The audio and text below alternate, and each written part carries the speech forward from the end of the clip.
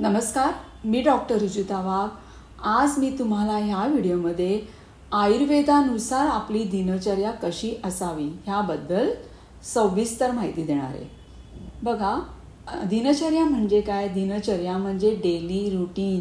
सकाळी उठल्यापासून रात्री झोपेपर्यंत आपल्याला काय काय करायचे आहे, कसं वागायचे, आपल्या कोणत्या शारीरिक क्रिया करायच्या आहेत किंवा आपल्याला कोणती सावधानी घ्यायची आहे ह्याबद्दल सविस्तर माहिती हजारो वर्षांपूर्वी आपल्या आयुर्वेदामध्ये आचार्य चरक, आचार्य सुश्रुत आणि वाग्भट ऋषींनी लिहून ठेवली आहे.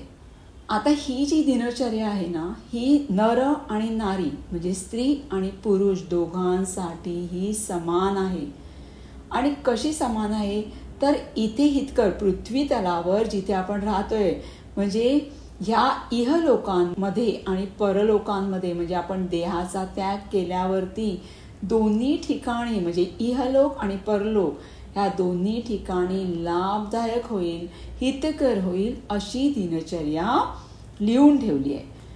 आज मी तुम्हाला काय काय करायच्या शारीरिक क्रिया आणि कोणत्या क्रमाने करायच्या ते सर्व सांगणार आहे. बघा, आपल्या आयुर्वेदामध्ये सांगितलं आहे, ब्राह्मी मूर्ते उत्तिष्ठेत स्वस्तो रक्षार्थमायुषः. म्हणजे ज्यांना कोणाला वाटतंय की माझं स्वास्थ्य चांगलं राहावं, मी निरोगी राहावं, मला कोणतीही व्याधी होऊ नये, अशा सर्वांनी ब्रह्ममुहूर्ताला उठायचे. ब्रह्ममुहूर्त म्हणजे कोणता मुहूर्त?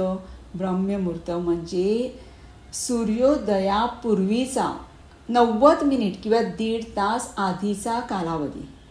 सूर्योदयाच्या वेळा ऋतूंप्रमाणे बदलत असतात, चेंज होत असतात. मग आपल्याला प्रत्येक वेळेला कॅलेंडर काढून बघायची गरज नाही. सर्वसाधारणपणे 4 ते 5:30 हा जो कालावधी आहे पहाटेचा, ह्याला आपण ब्रह्ममुहूर्त म्हणतो. त्यावेळी आपल्या आयुर्वेदामध्ये हजारो वर्षांपूर्वी लिहून ठेवले की त्यावेळी जो मनुष्य उठतो त्याचं स्वास्थ्य म्हणजे त्याचं आरोग्य चांगलं राहतं, तो दीर्घायुषी होतो आणि त्याच्या मनातल्या म्हणजे त्याच्या मनाप्रमाणे मनातल्या चांगल्या इच्छा पूर्णही होतात. त्यानंतर सांगितलं आहे शौचविधी. शौचविधी म्हणजे जर तुमचा जठराग्नी गॅस्ट्रिक ज्यूस चांगला असेल, तुम्ही खाल्लेलं अन्न आदल्या दिवशी खाल्लेलं अन्न पचलं असेल तर तुम्हाला उठल्यावर मलवेग येणार, टॉयलेटला जायचं असं सेन्सेशन येणार आणि मलत्याग करण्याची भावनाही येणार. म्हणजे उठल्यावरती पहिलं करायचं आहे मलत्याग. आयुर्वेदामध्ये वाग्भट ऋषीने उषपान करायला सांगितलंय. उषपान म्हणजे सकाळी उठल्यावर पाणी पिणं, हे त्यांच्या ग्रंथामध्ये लिहिलेलं आहे.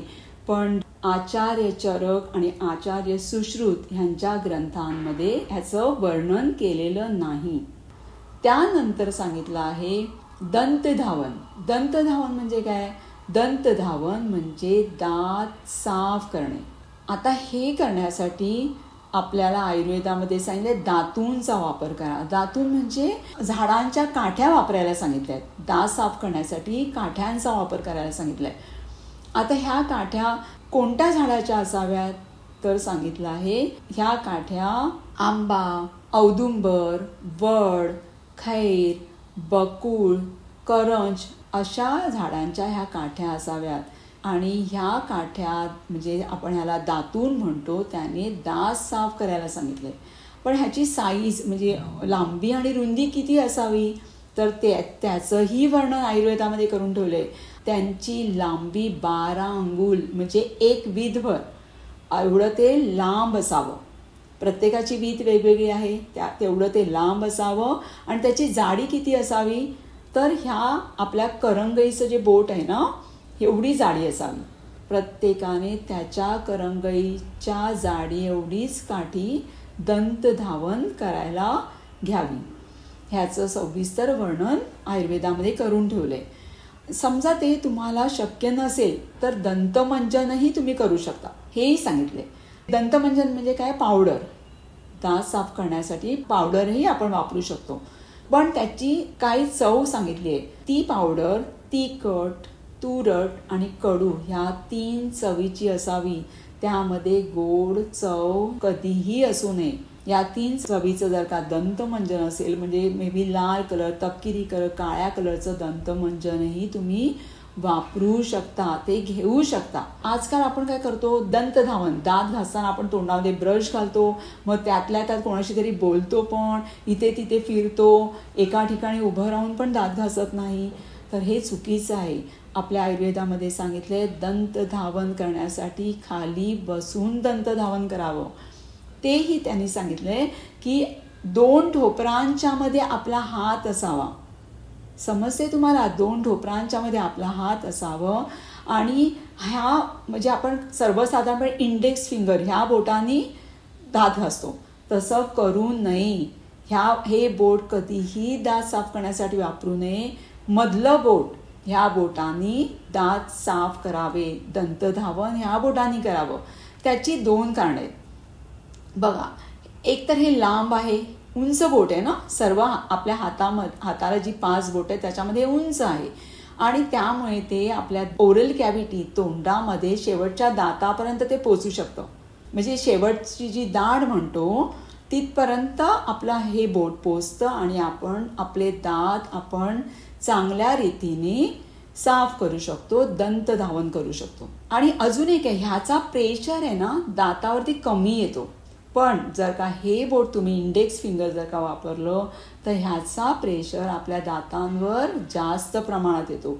म्हणून दंतधावन करताना फक्त मधल्या बोटाने, दंतमंजन तुम्ही वापरत असाल तर फक्त मधलं बोट तुम्ही वापरायचे. म्हणजे बघा, दंतधावन करताना बसण्याची पोझिशन, कोणत्या पोझिशनमध्ये बसायचे, कसं दंतधावन करायचे, ज्यामुळे तुमच्या दातांचं आरोग्य चांगलं राहील, हे याचं वर्णन आपल्या आयुर्वेदामध्ये करून ठेवलेलं आहे.